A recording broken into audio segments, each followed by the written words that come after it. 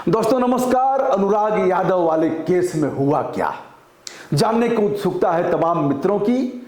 लोग फोन करके और ऐसे भी कमेंट करके पूछ रहे हैं हुआ क्या। आइए, बात निकली है तो दूर तलक जाएगी, उठाया है तो उसे निश्चित मुकाम तक पहुंचाने का प्रयास भी करूंगा, यद्यपि जितनी क्षमता है उतना ही कर पाऊंगा। यह फोटो आप देख रहे हैं अनुराग यादव के घर पर जब मैं पहुंचा था, लंबे समय के बाद पहुंचा था। उसका कारण यह था कि बेटी का विवाह उत्सव था, वह अभी दिल्ली में हुआ। फिर अन्य कारण हैं जिसके वजह से मैं नहीं जा पाया, लेकिन उसके पहले मैं राज्य मानवाधिकार का दरवाजा खटखटाया, राष्ट्रपति महोदया के यहाँ पहुंचा, हमारी याचिका गई, महामहिम राज्यपाल आनंदीबेन पटेल के यहाँ मैं गया और मैंने सबसे पहले चीफ मिनिस्टर को मेल किया, मुख्यमंत्री आदित्यनाथ योगी को। विपक्ष का भी दरवाजा खटखटाया।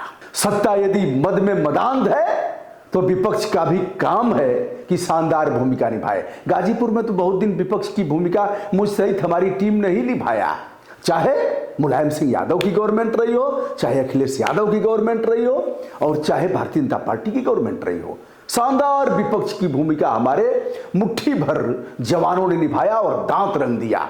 मिनिस्टर की लोगों के गांव में जाकर के मध्याह्न भोजन नहीं बन रहा था, आप कहेंगे तो मैं उसको 4-4 कॉलम की का समाचार है, फोटो सहित है, उसको भी दिखाऊंगा। लोगों को, कुछ लोग कहते हैं कि जैसे लग रहा है कि आज ही हम पैदा हो गए। आइए, इस प्रयास का परिणाम क्या आया। प्रशांत कुमार जी के नाम से भी परिचित हैं, शकल से भी परिचित हैं। यह पत्र में उनको लिखा था।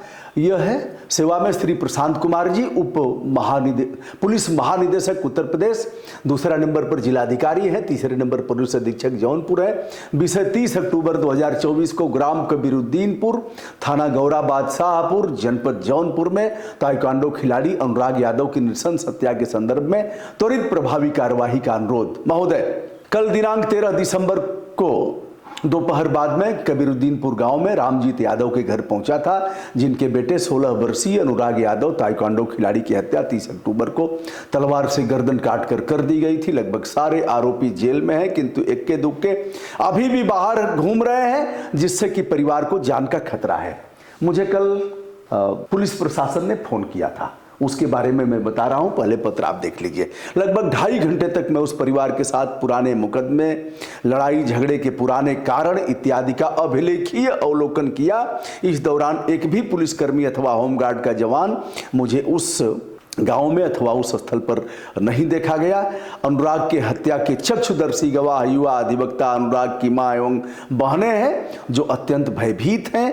घर के बाहर वे मौलिक आवश्यकताओं की पूर्ति करने के लिए जाने में भी डर रही हैं। उनके द्वारा यह अभिकथन किया गया कि हमारे साथ कभी भी कोई बड़ी जघन्य घटना घटित हो सकती है। जौनपुर ही नहीं बल्कि देश की जघन्यतम घटनाओं में से एक अनुराग यादव की हत्या का मामला है। यदि ऐसे पीड़ित परिवार को भी सुरक्षा नहीं दी जा रही है तो यह चिंतनीय है। हमारा अनुरोध है कि तत्काल प्रभाव से उस परिवार को विधि सम्मत तरीके से सुरक्षा प्रदान कराया जाए। भारत के संविधान के अनुच्छेद 21 में उन्हें प्राण एवं दैहिक स्वतंत्रता के अधिकार मिले हुए हैं, जिसका हनन डीजीपी महोदय इस प्रकरण में हो रहा है। अनुरोध है गंभीरतापूर्वक विचार करते हुए अविलंब पीड़ित परिवार को पुलिस सुरक्षा प्रदान की जाए। जिलाधिकारी महोदय से इस आशय का अनुरोध कि पीड़ित परिवार को क्षतिपूर्ति दिलाए जाने हेतु अपने स्तर से शासन को पत्र प्रेषित करने का कष्ट करें, जैसा कि इस तरह के मामलों में शासन उन्हें आर्थिक रूप से क्षतिपूर्ति प्रदान करता है। की गई कार्यवाही से अवगत हो आभारी होऊंगा। ब्रजभूषण दुबे, स्वतंत्र पत्रकार, यूट्यूबर, पूर्व जिला पंचायत सदस्य। इसे भी कभी कभार लिख देता हूं, ऐसे इसकी जरूरत नहीं होती है, और ये अपना मोबाइल नंबर और यह लिख दिया हूं। आइए आगे बढ़ते हैं। आगे क्या हुआ, यह पत्र है, आप देख रहे हैं, गिरीवांश for registration president of India, प्रतिष्ठा में महामहिम राष्ट्रपति जी। इस पर राष्ट्रपति महोदया के द्वारा राष्ट्रपति सचिवालय से आदेश हुआ है उत्तर प्रदेश शासन को। पीड़ित परिवार की सुरक्षा, मौलिक सुविधाएं एवं क्षतिपूर्ति के संबंध में अनुरोध महोदय उत्तर प्रदेश के जौनपुर। जो भी लिखा है इसको देख लीजिए। आगे आता हूं। अभी भी कुछ बाहर घूम रहे हैं। विपक्षियों ने कई मुकदमे अनुराग के पिता रामजीत यादव के अलावा अन्य लोगों पर कर रखा है, जो जौनपुर के अलावा झारखंड के धनबाद में भी चल रहा है।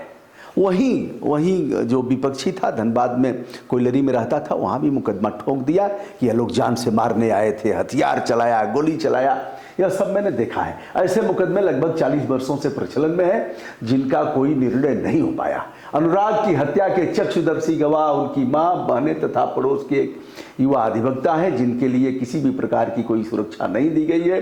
पीड़ित परिवार से मिलने के बाद हमने पुलिस महानिदेशक श्री प्रशांत कुमार, जैसा कि आपने देखा, जौनपुर के जिलाधिकारी एवं पुलिस अधीक्षक की सरकारी व्हाट्सएप पर सुरक्षा प्रदान कराए जाने का अनुरोध किया, किंतु कोई कार्रवाई नहीं की गई। भारत के संविधान के अनुच्छेद 21 में ऐसे परिवारों को प्राण एवं दैहिक स्वतंत्रता का अधिकार प्राप्त है, जिसका हनन इस मामले में हो रहा है। यदि पीड़ित परिवार की माने तो वे पूरी तौर पर असुरक्षित हैं और कभी भी उनकी हत्या की जा सकती है। इस परिवार को उत्तर प्रदेश शासन से 1 रुपए की क्षतिपूर्ति नहीं मिली, जबकि इससे छोटी छोटी घटनाओं पर 10 लाख 5 लाख रुपए प्रदान किए गए हैं। हमारा अनुरोध है पीड़ित परिवार एवं चक्षुदर्शी गवाहों की सुरक्षा हर स्तर पर प्रदान कराते हुए पीड़ित परिवार को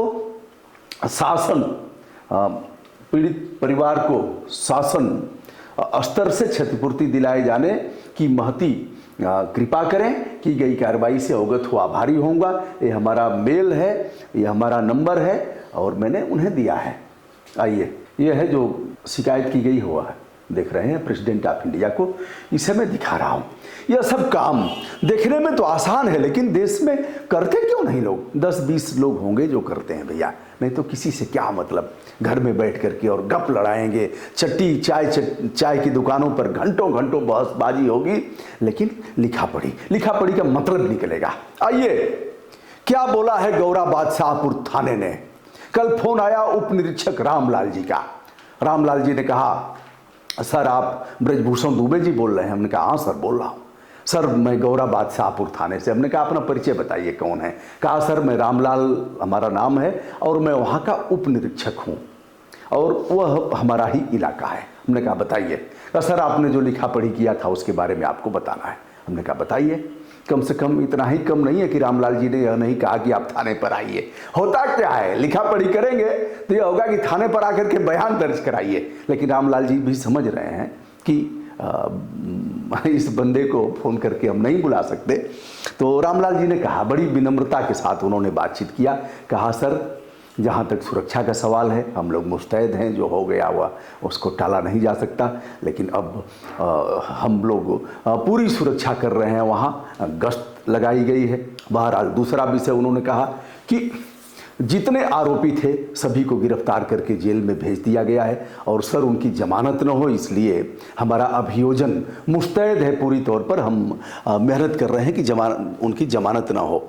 और अगला उन्होंने यह कहा कि सर लिखा पढ़ी के क्रम में आपको यह भी बताना है कि शासन स्तर से 5 लाख रुपए उनको प्राप्त कराए गए हैं। हमारे डीएम साहब, कप्तान साहब और राज्य मंत्री गिरीश चंद्र यादव, संभवतः यही नाम होगा, वह गए थे।